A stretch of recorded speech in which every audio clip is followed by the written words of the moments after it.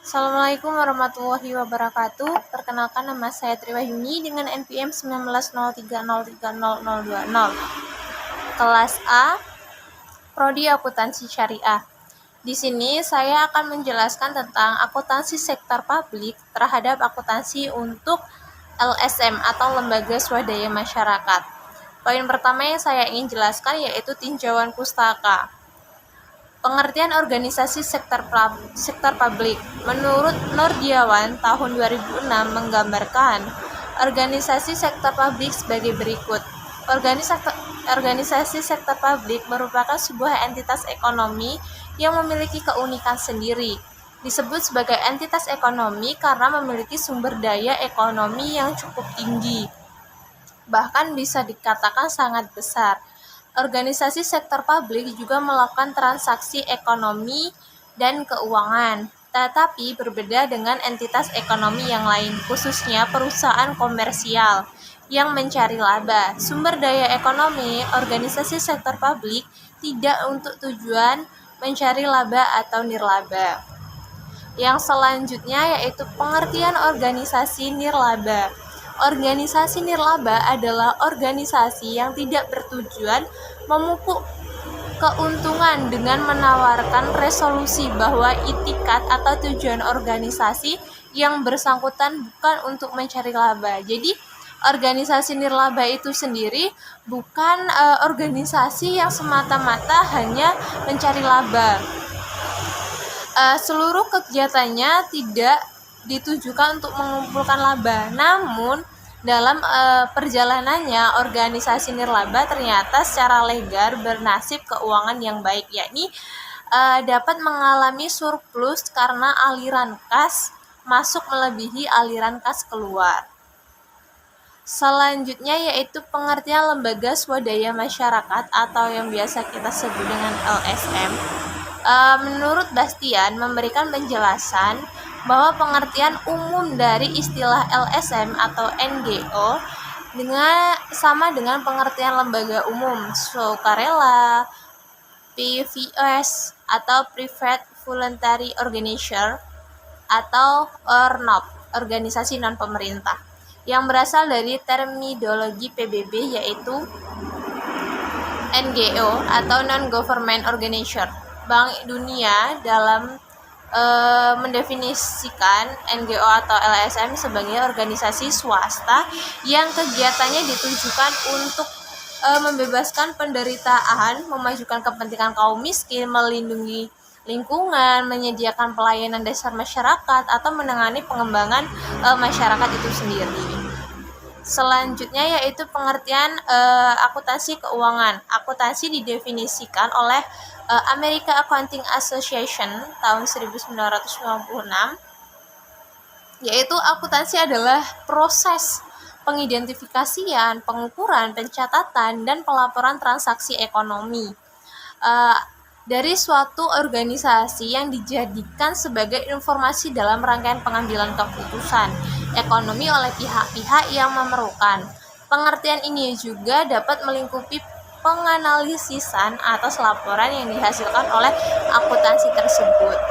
Nah, metode penelitian yang peneliti gunakan dalam akuntansi sektor publik untuk akuntansi LSM adalah metodologi penelitian kualitatif.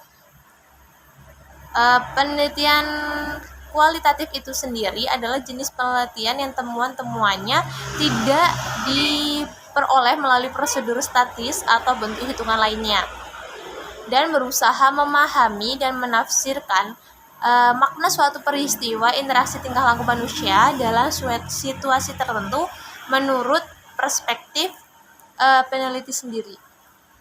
Selanjutnya kita ke hasil penelitian dan pembahasan. Poin pertama yaitu sistem akuntansi pada LSM.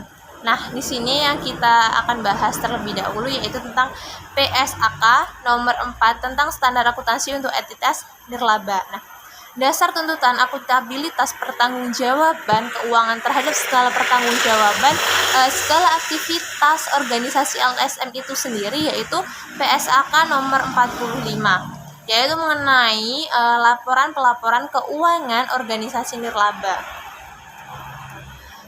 Karakteristik organisasi nirlaba itu berbeda dengan organisasi bisnis, di mana perbedaan utamanya yang mendasar adalah cara organisasi itu memperoleh sumber dana yang dibutuhkan untuk melakukan berbagai aktivitas operasionalnya.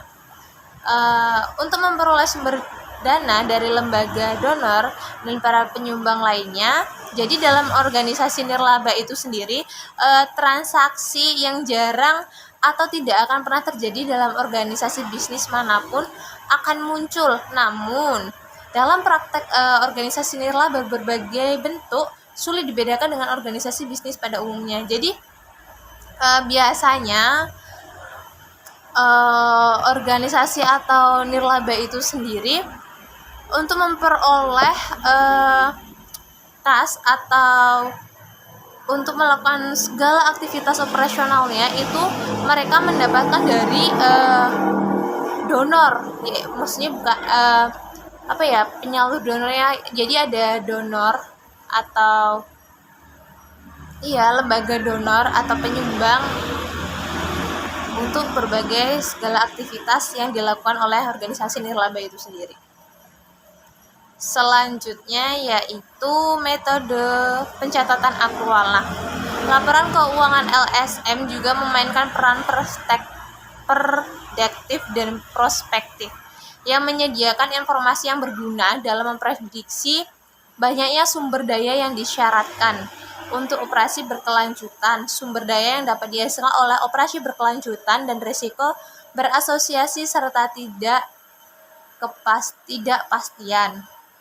Untuk mencapai tujuannya, laporan keuangan LSM ini harus disusun atas dasar akrual.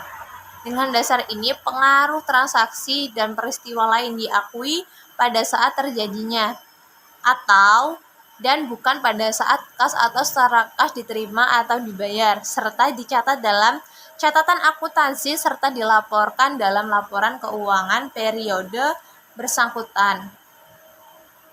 Laporan keuangan LSM tersebut. Nah, selanjutnya yaitu laporan keuangan yang dihasilkan. Jadi LSM itu sendiri, laporan apa aja sih yang dikeluarkan dari LSM? Yang pertama adalah maksud saya organisasi nirlaba. Yang pertama itu meliputi laporan posisi keuangan pada akhir periode laporan, laporan aktivitas, serta laporan arus kas untuk satu periode pelaporan. Selanjutnya yaitu laporan posisi keuangan. Tujuan laporan posisi keuangan adalah untuk menyediakan informasi mengenai aktiva, kewajiban, aktivitas bersih, serta informasi mengenai hubungan di antara unsur-unsur tersebut pada waktu tertentu. Nah, laporan posisi keuangan juga menyajikan jumlah masing-masing kelompok aktivitas bersih yang berdasarkan atau tidaknya pembatasan oleh penyumbang, yaitu terikat secara permanen, terikat secara temporer, dan tidak terikat informasi mengenai sifat dan jumlah dari pembatas permanen atau temporer diungkapkan dengan cara menyajikan jumlah tersebut dalam laporan keuangan dan dalam catatan laporan keuangan. Nah, di laporan posisi keuangan itu juga menyediakan informasi yang relevan nih mengenai likuiditas, fleksibilitas keuangan, dan hubungan antara aktiva serta kewajiban. Informasi tersebut pada umumnya disajikan dengan mencantumkan aktiva yang memiliki karakteristik serupa dalam suatu laporan atau suatu kelompok yang relatif. Contohnya adalah kas dengan setara kas, anggota atau penerima jasa lainnya, persediaan, sewa asuransi, dan jasa lain yang dibayar lupa. Selanjutnya laporan aktivitas. Nah, tujuan utama laporan aktivitas yaitu menyediakan informasi yang pertama, pengaruh transaksi dan peristiwa lain mengubah jumlah serta sifat aktiva bersih. Yang kedua, hubungan antara transaksi dan peristiwa lain. Yang ketiga, bagaimana sumber daya digunakan dalam pelaksanaan berbagai program dan jasa. Selanjutnya yaitu laporan arus kas. Nah, tujuan utama laporan arus kas adalah menyajikan informasi mengenai penerimaan dan pengeluaran kas dalam satu periode. Nah, apa aja sih unsur-unsur laporan keuangan? Jadi unsur-unsur laporan keuangan itu sendiri, yang pertama ada posisi keuangan, ada aktiva, ada kewajiban, ada ekuitas, ada kinerja, penghasilan, dan beban. Selanjutnya yaitu karakteristik kualitas laporan keuangan LSM. Nah, gimana sih laporan keuangan LSM itu bisa dikatakan berkualitas? Yang pertama tuh dapat dipahami dan relevan. Yang kedua, material, kendaraan atau reliabilitas, penyajian judul, substansi mengungguli bentuk, netralisasi, pertimbangan sehat, kelengkapan, dan dapat dibandingkan. Oke, selanjutnya kita masuk ke pembahasan kedua, yaitu tentang siklus akuntansi LSM. Nah, pada hakikatnya nih, orang belum dapat dikatakan paham dalam menyusun laporan keuangan jika belum memahami siklus akuntansi. Mengapa demikian? Karena pada dasarnya dalam akuntansi itu sendiri, merupakan suatu proses pengelolaan informasi yang akan menghasilkan keluaran berupa informasi akuntansi yang selanjutnya adalah bentuk laporan keuangan. Jadi apabila dalam menyusun laporan keuangan, kalau kita belum paham mengenai siklus akuntansi itu sendiri, bakal susah gitu loh, bahkan bakal rancu dan mungkin juga bakal salah. Selanjutnya tuh langkahnya apa kan gitu. Selanjutnya yaitu pengertian siklus akuntansi. Nah, siklus akuntansi adalah proses penyediaan laporan keuangan organisasi selama satu periode tertentu. Titik siklus akuntansi dapat dibagi menjadi pekerjaan yang dilakukan selama periode tersebut, yaitu penjurnalan akuntansi dan pemindahbukuan ke dalam buku besar serta penyiapan laporan keuangan pada akhir periode. Jadi siklus akuntansi itu ya yang pertama penjurnalan akuntansi, terus pemindah bukuan dari jurnal ke buku besar. Habis itu dibuatlah laporan nih, jadi neraca setelah perubahan modal sampai benar-benar ke arus kas.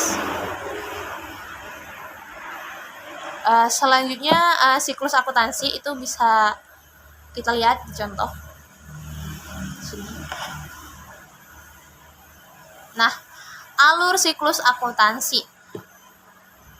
Yang pertama itu proses akuntansi, yang kedua pencatatan dan penggolongan dalam jurnal, yang ketiga yaitu peringkasan dalam akun-akun buku besar, yang keempat penyajian dalam bentuk laporan, yaitu laporan posisi keuangan atau neraca, laporan arus kas, dan laporan aktivitas LSM. Jadi yang pertama yaitu pencatatan dan penggolongan, yang kedua buku besar, baru disajikan nih dalam bentuk laporan keuangan atau neraca, dan laporan arus kas atau laporan aktivitas LSM.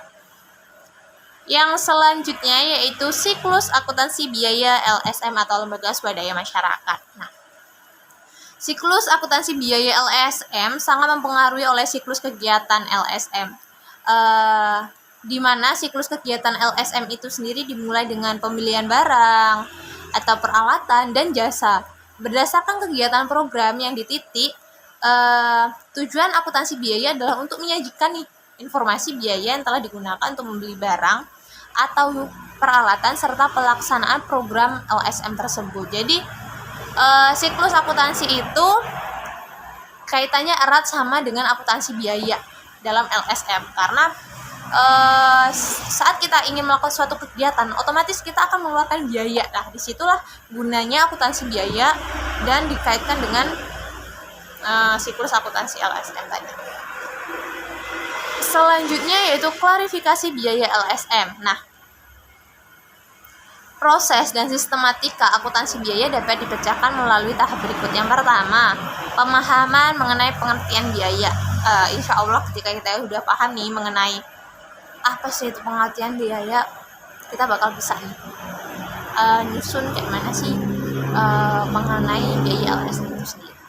Selanjutnya, klarifikasi dan identifikasi biaya yang terjadi di LSM di dalam kategori tertentu dengan pendekatan beberapa sistem. Yang selanjutnya, pembuatan konsep perhitungan biaya baru yang akurat dan informatif.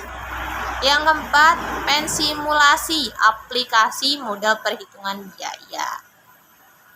Tadi berikut adalah selanjutnya yaitu laporan biaya LSM. Laporan biaya LSM adalah siklus pengendalian manajemen organisasi sektor publik. Fase setelah penganggaran adalah pelaksanaan dan penganggaran titik laporan biaya oleh SN dirancang untuk melakukan apa yang sedang terjadi dengan biaya pelaksanaan kegiatan LSM. Namun, beberapa laporan tidak selalu mengarah pada kegiatan. Informasi ini berisi laporan yang berasal dari catatan akuntansi berupa penerimaan dan pembiayaan. Jadi laporan biaya LSM itu sendiri enggak semua dari kegiatan ya, tapi juga dapat dari penerimaan dan pembiayaan. Selanjutnya yaitu kesimpulan atau penutup. Nah, di sini dari peneliti dapat disimpulkan bahwa dengan adanya standar laporan keuangan organisasi yang tersebut diharapkan dapat lebih mudah dipahami, memiliki relevansi, dan memiliki daya banding yang tinggi untuk mencapai tujuan laporan keuangan LSM.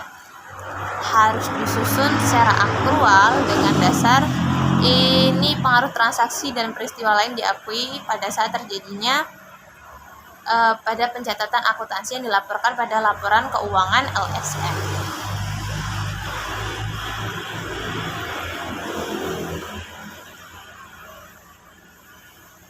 Selanjutnya daftar pustaka yaitu dari Bastian tahun 2007 dengan judul buku Akuntansi untuk LSM dan Partai Politik terbitan dari Erlangga, tempat Jakarta. Mungkin itu saja yang dapat saya jelaskan mengenai akuntansi sektor publik untuk akuntansi terhadap akuntansi untuk LSM.